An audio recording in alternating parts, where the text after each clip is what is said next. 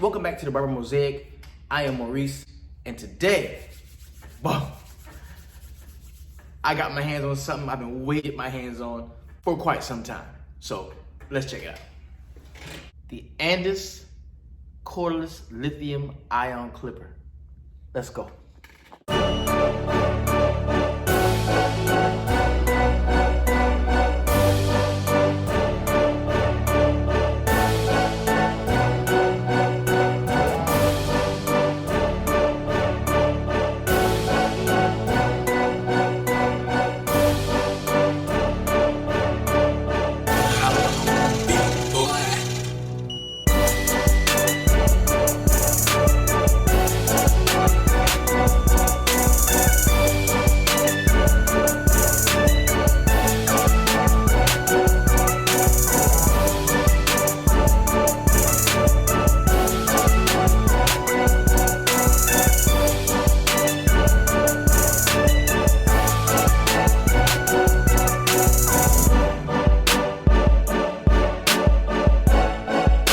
Clipper, I want to say about a week ago.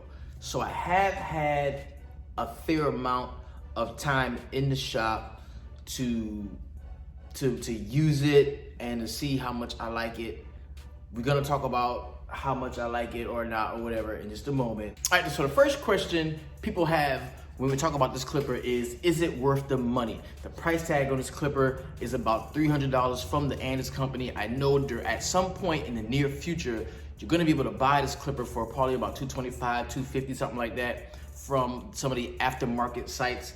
I don't think it comes with the same warranty. You know, in the paperwork, some kind of nice warranty on it, just in case something happens to it and you drop it, you break it, or it doesn't work or something like that. But let's go ahead and jump into the review stuff, man. Okay, I always talk look and feel. The initial look and feel. How does the clipper look? Is it attractive on my station? Will people see it and say, man, no wonder my haircut is 40 bucks. This dude, or 30 bucks, or whatever it is that you're charging. No wonder this haircut is that high, because this guy used high quality, you know, expensive, great equipment. We're gonna talk about look and feel. Then we're gonna talk about performance.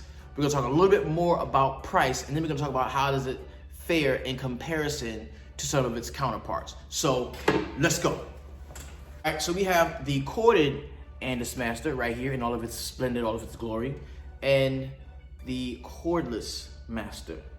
And look, man, I mean, not a difference at all in terms of length. Not a difference at all. So that's the look is there. You still get that Andis Master look, which is great. I mean, for a very long time, these have been the most beautiful clippers you could ever find, man. This has been that way. I mean, the Wall Senior is nice looking. They tried to do it with the 1919 and all that. Some of that's cool, but this right here, man, was the classic clipper. This is, if a guy is using this, then he probably went to barber school. Shay, if a guy comes to your crib to cut your hair and he's only got wall clippers, he probably didn't go to barber school. But if a guy comes to your house to cut your hair with a master, he probably went to barber school and dropped out, but he went to barber school. The look, awesome. It's dead on. It's like they just cut the cord off of the master and it's perfect. Now we do have this little battery pack down here. As you can see, check that out. It kind of offsets the black with the black a little bit. And it would have been cool if this could come off, but whatever. We're gonna talk about that in just a moment too. So in terms of initial look, it's cool. The blade, very similar, same blade. This is the cordless one. The corded. This is the corded, the cordless. The blade, very similar look, pretty much same blade. Cutting blade, the same. Now in terms of feel, this is where I'm not gonna compare the old Master to the new Master in terms of feel, because they feel the same. But what I can tell you about this clipper, if you're gonna spend $300 on a clipper, you have got to get some sort of grip for this, man. There were times throughout cutting, like I feel like I could drop this right now. It is a very slippery clipper, and that's not optimal. So if you're going to invest that much money in a clipper like this, it would definitely behoove you, in my opinion, to go out and grab some form of grip, something that you could, put on it, so that when you're holding it, you have a little bit more control in terms of the clipper, slipping and dipping. Because I mean, you go through 2 or 3 cuts, and you've got some type of oil that you're using, or something's going on, or a hairspray that you've used, or whatever that you might have used, and it gets on your hands, and you get on that, or you're sanitizing your hands real quick and you pick it up and it's slippery. Like, you've really got to invest in something that can help you to maintain your control over this machine. So in terms of look and feel, looks great. Feel leaves a little bit more to be desired. That's just a drawback to having something this classic and this iconic updated with being a cordless version. That's a necessary evil, something that we had to deal with. We couldn't not do that. Okay. So in terms of look and feel, Clipper's still great. We talk about performance, sound test. Now for this one, we are going to do a comparison. Okay. Excuse me. This is the Cordless Master right here. A little light hum, but that click, that jump on. Ooh, and the Masters lovers, we love that. That little jump on click. Ooh, we love that. We love that. The cordless.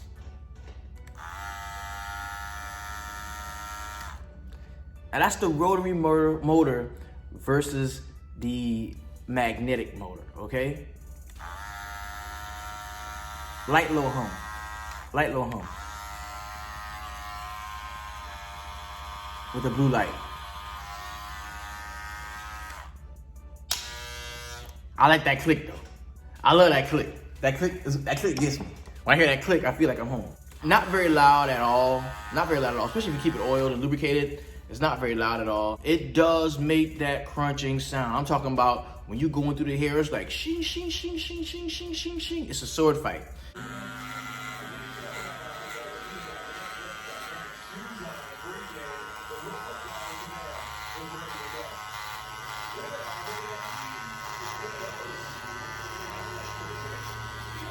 So look and feel, it's great. Performance, I think it is one of the stronger clippers out right now. I definitely think it beats the 1919 in strength. In terms of bulk removal, it does better, in my opinion, than the Babyliss Gold FX in terms of bulk. But I do think that the Babyliss does compete heavily with it in terms of fading, in terms of making those strong, precise cuts. And this clipper actually changed my opinion on this one, so to speak. Not in a bad way, but just now I really do see where the influence to create this clipper came from. It came from here too. Like, this is not like this. It came from here, and that's all good. That's all good. They drew from something dope to make this. But man, this is an exceptional clipper, man. The runtime on it is about 90 minutes off of an hour-long charge. Me personally, at this point, I'm running one of these, and I'm running the Babyliss Gold FX. That'll get me through the day. I can do a complete cut with either one of them. So I use it, do the complete cut, put it down, pick up the other one, complete cut, put it down. I'm cool with it. Very similar to the Andis Cordless T outliner, but it just makes so much more sense to have a charging stand for a clipper that needs to charge. It's beginning to feel like, why would you box us in to having to attach a cord to a clipper for it to charge? It just doesn't make sense to me at this point. And this is why I feel like the Cordless Master is going to take a step forward when you line up all the other three, the 1919, the Babyliss Gold FX, and this one. You line them up, I think a lot of folks are gonna let this one take a step forward, because if you're not using it, it's charging. While you're edging up, this is charging. While you're balling out with your ball out clipper, this is charging. It's charging. Woo! I'm gonna drop my baby. I'm keeping that on camera. So this is, yo. Whew. I'm keeping that on camera. I'm keeping it on camera. The charging stand. Did I tell you how slippery the junk is? It's slippery, bro. So the charging stand, major deal breaker for me. If I could take my Beverly's Gold Effects and trade it for another one of these right now, I would, just because of the charging stand. Not because the Gold Effects is not a good clipper or isn't as good or can't compete with this. That's not the reason. It's just for a simple situation. It's just simple charging and charging situation. It's just simple charging. And in Tune 45, they make the little charging clips that you can put on there and the power mat and all of that stuff. So if some of y'all, if y'all have that, if y'all into that, you can definitely look to go there as well. But very good build quality on this, of course. One of the stronger cordless clippers I've ever used, and I put in some work with this clip. It stood the test up, man. I get to use my Andis double magnet guards. That's my favorite guard system. Guards that I could put on my. I was waiting for this clipper for so long that I went so far as to make my own like fake guards that I could put on my wall clipper, and my Bamboless. The other guards feel flimsy and kind of weak. So all in all, you know, should you pay $300 for this clipper? I'm gonna be honest with you. If I was not doing this review, if I did not care to get this information out to you as soon as possible, if I was not a tool fool, a guy who just loves clippers and loves to buy new stuff, if I wasn't this person, I would not spend $300 for this clipper. I would wait until it comes out comfortable paying for this clipper. $300 through all of the other distributors and saw what the price would have been. As close to $200 as possible was what I would feel comfortable paying for this clipper. $300 for this clipper, bro, is very high. It's very high. And in my opinion, if I'm just the, you know, casual barber that has great tools, that's doing this thing, that really, you know, really doesn't matter what I get in my hand, what I got is already good, I wouldn't rush out to spend $300 on the clipper. I would wait until the price comes out through one of the second party or the aftermarket people. But man, you know what I did with my purchase, I'm sending a message to the clipper companies that, yo, we will spend whatever for. If it's something that we want, we will spend whatever. And I get that. It's not, doesn't matter. I get that. And the beauty of what Andis did was, this was the only clipper. Okay, I'm gonna say there's only two clippers that I can think of that close to the original clipper as possible and make it cordless.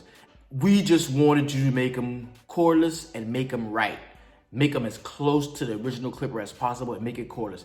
In the whole game, there's only two clippers that we really wanted you to do right, okay? We had a feeling that the Andis cordless T-outliner wasn't gonna get done specifically right. We had a feeling that it wasn't gonna be done like correctly right. We had a feeling, and that was true because it's just not the T-outliner. It's just not. I mean, it's great. It's a great trimmer. I probably use it. It's a great trimmer, but it's just not the T-outliner. It's not like you cut the cord, oh, here's a T-outliner. It's not that. This is something else. It looks like it, it is shaped like it, but it's just, it doesn't cut the exact same way that the T-outliner did. There's something about it, and it's not a bad thing. It's not a bad thing. But it did take getting used to it and learning it, okay? But there's two tools that we really wanted you to make cordless and make them exactly the same way the corded version was. And I would say it was the wall detailer. Honestly, it's just not, really wanted them to make this one right. And honestly, it's just not, from a feel standpoint, it's just not exactly the wall detail. It's a little bit longer. It's not from the feel standpoint. It's just, but cutting, it's still good. We're still good. So this was a success. Shout out to Wall. Y'all did a great thing with this one. It's a little bit too long, but y'all did y'all thing. All right, Master. This is an Andis Master. This ain't no Fugazi right here. This is an Andis Master. You get the same thing you get from the Master, the corded Master, you get from this one. This was maybe that's why it took so long, I don't know, but they really stuck to what made the Andis Master iconic and famous. The great thing about this is it doesn't heat up as quick as the corded one does. I did order a ceramic blade. I'm gonna be replacing that one. And everybody's talking about how hard it is to zero gap it. It's not hard at all, bro. Like, this is zero gap. It's not hard at all. Like, this is zero gap. I don't know, but they really stuck to. What always makes the Andis Master stand out among the other clippers is the ability to open up that wide range, that 000 all the way open to the 1. So even if you zero gap it, you'll still open up really far. And with a wall clipper, to get to that 1, that detailing, a detailing length, you're gonna have to put a guard on there, a half guard. Well, the Andis Master, you don't need a guard. It does it by itself because it just opens up that much. That gives you a better range of motion in terms of detailing your fade. 000 gap the Andis Master, man, because you could fuck somebody up. But it wasn't hard to do it. You didn't have to take off this or bend this back piece back. You don't gotta do none of that. Just push it up. Make it easy. Keep it simple. And it definitely works. Now, the one thing that I kind of, not the clicky, but that was a great idea. Yo, the Babylus got the clicky joint. You heard that? This right here is just like movie. This is clicky, this is movie. I would rather clicky, but movie is acceptable, but I would rather clicky. The original Master had the movie too, not the clicky. But that was a great idea. Yo, the Babylus people, they did their thing. I ain't gonna lie. This is a great time to be a barber, man. There's some dope ass tubes out here, man.